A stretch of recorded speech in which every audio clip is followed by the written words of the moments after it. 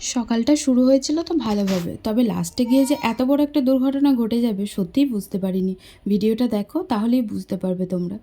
তো সকালটা শুরু যেমন করি ডেইলি লাইফের মতন তেমনভাবেই শুরু করেছিলাম, আনন্দ আমেজ সব কিছু নিয়ে। আর জানোই তো সকালে উঠে আমাকে একটুখানি ল্যাদ খেয়ে বসে থাকতে হয়, কারণ সকালে উঠে একদম চট করে আমি উঠতে পারি না। তারপর এদিকে উঠে নাইটিটা চেঞ্জ করলাম, তারপর চেঞ্জ করার পর ওদিকে চলে এসেছি ব্রাশ করতে। আর অনেকটা বেলা হয়ে গেছিলো, আজকে কালকে রাতে একদম ঘুম হয়নি, এমনিতেই ঘুম হচ্ছে না কদিন ধরেই ভালো মতন। তো ব্রাশটা করে চলো ওদিকে খাওয়া দাওয়া সেরে নিই গা। শুভ সকাল বন্ধুরা, welcome back to my channel Bulti lifestyle. কেমন আছো তোমরা সবাই? আশা করি সবাই খুব ভালো আছে, আর আমি তো একদম বিন্দাস আছি।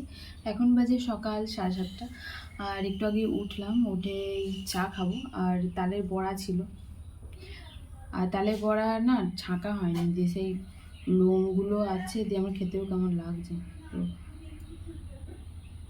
এই দেখো, এগুলো থাকলে আমার একদম ভালো লাগে না। মানুষ খাবার বানায় একটু শান্তিভাবে খাওয়ার জন্য, তাই না বলো? সেটা ফেলে দেওয়ার জন্য তার না। আর আমিও সেটাই মনে করি যে যখনই কোনো একটা জিনিস বানাবো সেটা ভালো মতন করারই চেষ্টা করব।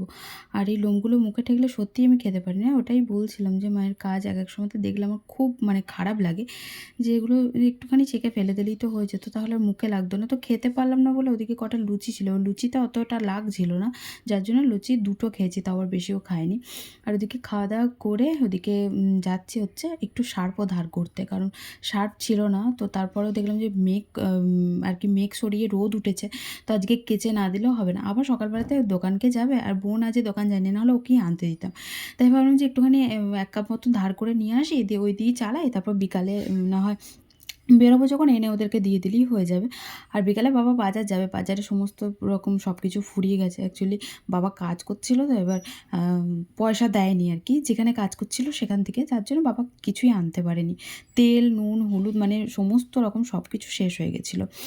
আর এখন আমি কাচতে চলে এলাম, 1 বালতি কাচাকুচি হয়েছিল, বিশ্বাস করো প্রচুর মাখানো হয়ে গেছিলো। আর একটা একটা করে বার করেই যাচ্ছি, মাখিয়েই যাচ্ছিলাম, কারণ কতদিন পর একদম ঝকঝকে চকচকে রোদ উঠেছে। তাই ভাবছিলাম যে সবই কেচে দিই, তো শুকিয়ে যাবে, কারণ রোদ যা উঠেছে হয়তো বৃষ্টি হবে না। দেখো, কাচাকুচি তো করলাম, কিন্তু মেলবো কোথায় সেটাই ভাবছিলাম। প্রচুর মেলা হয়ে গেছে, এগুলো সকালবেলাতে মেলেছে মা, এগুলো 2-3 দিন শুকিয়ে গেছে। 2-3 দিন পর আর কি মেলা হলো। সকালবেলাতে যা রোদ হয়েছিল না, শুকিয়ে গেছে। আজকে ভীষণ ভালো রোদ উঠেছে, আবার মেঘও করছে, জানি না আবার বৃষ্টি আসবে কিনা। সেগুলো শুকিয়ে গেছে, যখন তুলে ফেলি বলো, তারপর এগুলো মেলে দেবো। আর তুমি প্রচুর কেটেছি, কাচাকুচি প্রত্যেক দিনই হয়, তবে এতটা হয় না। যখন কাচলাম তখন তো বেশ ভালোই রোদ ছিল, দেখো আবার মেঘ করতে শুরু করে দিয়েছে। আর আগের দিনে কতগুলো ছিল, তো আগের দিন বলতে 2-3 দিন আগে থেকেই সব এরকম ভিজে শুকাচ্ছিল না, তো পাখার তলায় দিয়ে দিয়ে শুকানো হচ্ছিল। আর রোদ না পেলে দেখবে কাপড় জামা দিয়ে একটা বিচ্ছিরি গন্ধ বেরোয়। আবার কাপড় জামা পরেও কিন্তু ভালো লাগে না, আমার বেশ গরম গরম কাপড় জামা পরতে না খুব ভালো লাগে। গরম গরম কাপড় জামা ভাঁজ করতেও খুব ভালো লাগে দেখবে, ওই রোদটা পেলে। আর এই দেখো বলতে বলতে আবারও রোদ উঠে গেছে।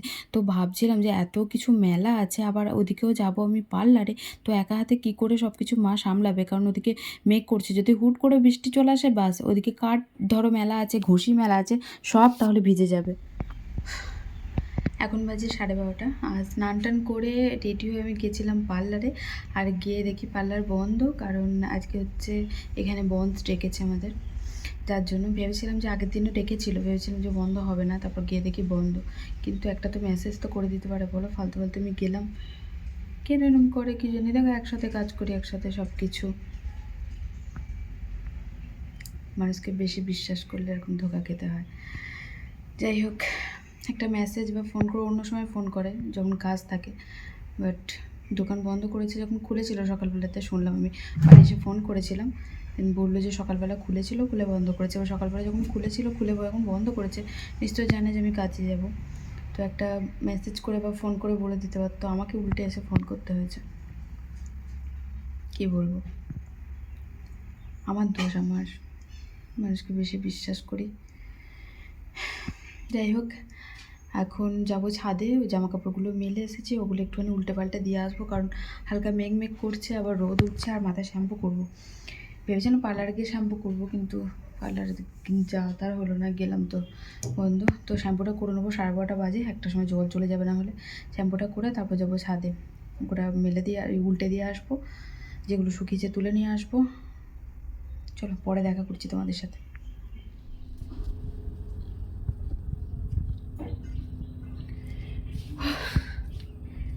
তো এইমাত্র শ্যাম্পু ট্যাম্পু করলাম মাথায়, আর এক্ষুনি মেঘ উঠেছিল জানো, ভাবলাম যে তুলতে হবে সব, তারপর দেখছি না আবার রোদটা এলো।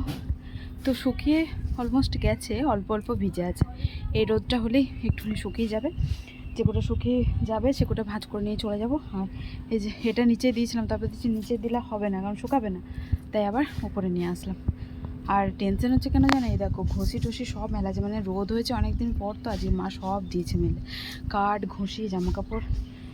ও বাবা হাফ লেগে গেল, দাঁড়াও এগুলো মেলে দিয়ে। এগুলোর মধ্যে মাজুরটা শুধু শুকিয়েছে, আর কিছু শুকায়নি। চলো এখন নিচে যাও, প্রচণ্ড রোদ লাগছে, রোদ ছিল না রোদটা নেওয়াই যাচ্ছে না গায়ের মধ্যে। চুলটা আঁচড়িয়ে এডিটিংয়ের কিছু কাজ আছে, ওগুলো করব। তারপর ভিডিও আপলোড করে ফেলেছে যে তাড়াতাড়ি, একটার মধ্যে ভিডিও আপলোড হয়ে গেছে, সব কিছু কমপ্লিট হয়ে গেছে। বিকালে দেখি ওদেরকে ফোন করে আরেকবার জিজ্ঞাসা করতে হবে বিকালে পার্লার খুলবে কি না। আমি যখন ফোন করেছিলাম বললো যে ঠিক নেই, তবে আরেকবার ফোন করে আমি দেখবো, যদি খুলে তো চলে যাব। টাটা, পরে দেখা করছে। মা ওদিকে রান্না করছে, চালা। ছাদ থেকে নেমে এসে দেখছি মায়ের রান্না হয়ে গেছিলো, আর মা বললো যে খাওয়া দাওয়া করে নে, তাহলে খেয়ে দিয়ে একটুখানি ঘুমাগা, কারণ কালকে রাতে বললাম তোমাদেরকে ঘুম হয়নি ঠিক মতন, তার জন্য। আর এখনও তো পর্যন্ত মানুষটা সত্যি সুস্থ ছিল, এখনও পর্যন্ত ভালো ছিল। আর কিছুক্ষণ আগেই মা কথা বলে এসছে, আমাদের মানে কি বলো তো, একটা মামা হয়, যেটা তোমরা পরে জানতে পারবে, যে উনি মারা গেছেন। তো যখন আমি ভয়েসটা দিচ্ছি তখন তো ব্যাপারটা হয়েই গেছিলো, তার জন্য আমি বলতে পারছি তোমাদেরকে। আর এই দেখো অনেক দিন পর একটা দারুণ জিনিস খাচ্ছিলাম, ক্যাকড়া। কার কার ভালো লাগে একটু বলো, আমার তো খুব ভালো লাগে। কাঁকড়া ভালো লাগে না, তবে ডাঁড়াগুলো খেতে খুব ভালো লাগে। আর ওদিকে খাওয়া দাওয়া করেই চলে এসেছিলাম ছাদে, জামা কাপড়গুলো শুকিয়ে গেছিলো, তাই ভাঁজ টাজ করে ওদিকে একটুখানি শোবো, যার জন্য আর কি ভাঁজ টাজ করে নিয়ে যাচ্ছি, কারণ মায়ের তো আবার কষ্ট হবে। এই যে ঘষিগুলো আছে দেখতে পাচ্ছি, মায়েরগুলো সব তুলবে, আমি তুলবো ভেবেছিলাম, তারপর মা বলেছে খাওয়া দাওয়া করে অত কিছু আর করতে হবে না, তুই একটুখানি শোগা, তারপর না হলে আবার পার্লারে যাবি, ওদিকে তোর কাজ আছে। চলো একটু ঘুমাই গা, বুঝলে, তারপর আবার বিকালে তোমাদের সাথে দেখা করছি। গুড ইভিনিং বন্ধুরা, চলে এসেছিলাম পার্লারে, আর এতটাই তাড়াহুড়োতে ছিলাম যে তোমাদের সাথে দেখা করতে পারিনি। কি বলো তো, ঘুমিয়ে গেছিলাম একটুখানি, দিয়ে ঘুম থেকে উঠে ওদিকে দেখছি ফোন আসছে বারবার। তাড়াতাড়ি করে উঠে কোনো রকমে রেডি হয়ে এসেছি, চুলের অবস্থা দেখেছো, কোনো রকমে জাস্ট আঁচড়ানোর টাইম পাইনি, হাত দিয়ে এরকম করে ক্লিপ দিয়ে বেঁধে চলে এসেছি, তাই তোমাদের সাথে দেখা করতে পারিনি। আর এসে একটু কাজবাজ করলাম, কাজবাজ করে আবার দেখা করলাম। আর পুচকিটার সাথে খেলতে খেলতে না আমাদের সময়টা কীভাবে যে পাস হয়ে যায় আমরা বুঝতেই পারি না। আর ওর সাথে এখন খেলাধুলো চলছিল। আর চলে যাব বাড়ি, কারণ অনেকটাই লেট হয়ে গেছিলো আজকে বাড়ি যেতে, কাজ ছিল একটুখানি বেশি, তার জন্য চলে এসেছিলাম বাড়ি। আর বাড়ি এসে মনে মনে ভাবছি যে ভালো মানুষগুলো কিভাবে মারা যায়, তাই না? যারা পাপ করে, হাজারো কিছু করে, তাদের কিন্তু কিচ্ছু হয় না দেখবে, কিন্তু ভালো মানুষগুলো দেখবে হুট করেই চলে যায়, যেমনটা আজকে হলো। তো এখনও পর্যন্ত মানুষটা ভালো আছে, সুস্থ আছে, তবে এরপরই হয়ে যাবে। হ্যালো বন্ধুরা, তো এখন বাজে রাত, তার আমি তোমাদেরকে বলি 1:39, আর খাওয়া দাওয়া হয়ে গেছে তো অনেকক্ষণ আগে। এতক্ষণ কী করছিলাম জানো, আমাদের পাড়ায় একটা বড় সড়ো দুর্ঘটনা ঘটে গেছে। সেটা হচ্ছে একজন মারা গেছে হঠাৎ করে, মানে আমরা জাস্ট খেয়ে দিয়ে হাত ধুতে পেরেছি, তখন মানে সবাই ছুটে ছুটে গেল, যে আমরাও গেলাম। তারপর দেখছি স্ট্রোক হয়েছে, তো হসপিটালে নিয়ে গেছিলো কিন্তু বাঁচাতে পারেনি, মারা গেছে। বাড়িতেই মারা গেছিলো, কিন্তু ওরা বুঝতে পারেনি। তারপর হসপিটালে নিয়ে গেল, হসপিটালে নিয়ে গিয়ে তো বলে দিল যে মারা গেছে। আর সেই সব নিয়ে এতক্ষণ কেউ কান্নাকাটি একটা হচ্ছিল, যেহেতু পাড়ার একজন মানুষ, তো এইভাবে যে চলে যাবে সত্যি, মানে এত অল্প বয়সে একটা বাচ্চা আছে জানো, 7 বছরের বাচ্চা, ফ্যামিলিতে কেউ নেই, ওর বউ আর ওর বাচ্চাটা। তো কী বলবো, এতটা খারাপ লাগছে, বাচ্চাটার মুখের দিকে থেকে এত কাঁদছে, বাচ্চাটার মুখের দিকে তাকানো যাচ্ছে না, প্রচণ্ড খারাপ লাগছে। ওইটুকু একটা বাচ্চা কী বুঝলো বলো, এটুকু বয়সে ও সব কিছু হারিয়ে বসে থাকলো। তো সত্যি প্রচণ্ড খারাপ লাগছে। হারিয়ে মাত্র বাড়ি আসলাম, আর এখন পর্যন্ত আর কি ঘাটে নিয়ে যায়নি, অনেকজন আসবে অনেক দূর দূর থেকে, যার জন্য আর কি ওয়েট করছে, নিয়ে যেতে যেতে সকাল হয়ে যাবে। আর বাবাও যেহেতু যাবে ঘাটে, কারণ পাড়ার বলে না, পাড়ার, তার জন্য বাবা বলেছে চ তাহলে একটুখানি ঘুমাই গা, নাহলে শরীর তো পারবে না ধরো। তাই বাবা বলেছে চ বাড়ি, এখন বসিয়েছিলাম ওখানে, তো এসেই মাত্র ইয়ে করলাম, সব কিছু ছাড়াছুড়ি করলাম, আমি ছুঁইনি কিছু, মা গেছিলো, মা স্নান করলো, আর বাবাও স্নান করলো, ওরাও শুয়ে পড়লো, আমি চলে এলাম ঘরে শোবো। তো চলো আজকে মতো ব্লগটা এখানেই এন্ড করছি, সকালে দেখা হচ্ছে তোমাদের সাথে। আর সবাই ভালো থেকো, সুস্থ থেকো, দেখা হচ্ছে আমার নেক্সট ব্লগের সাথে। ততক্ষণ জন্য টাটা, পাবে, গুড নাইট।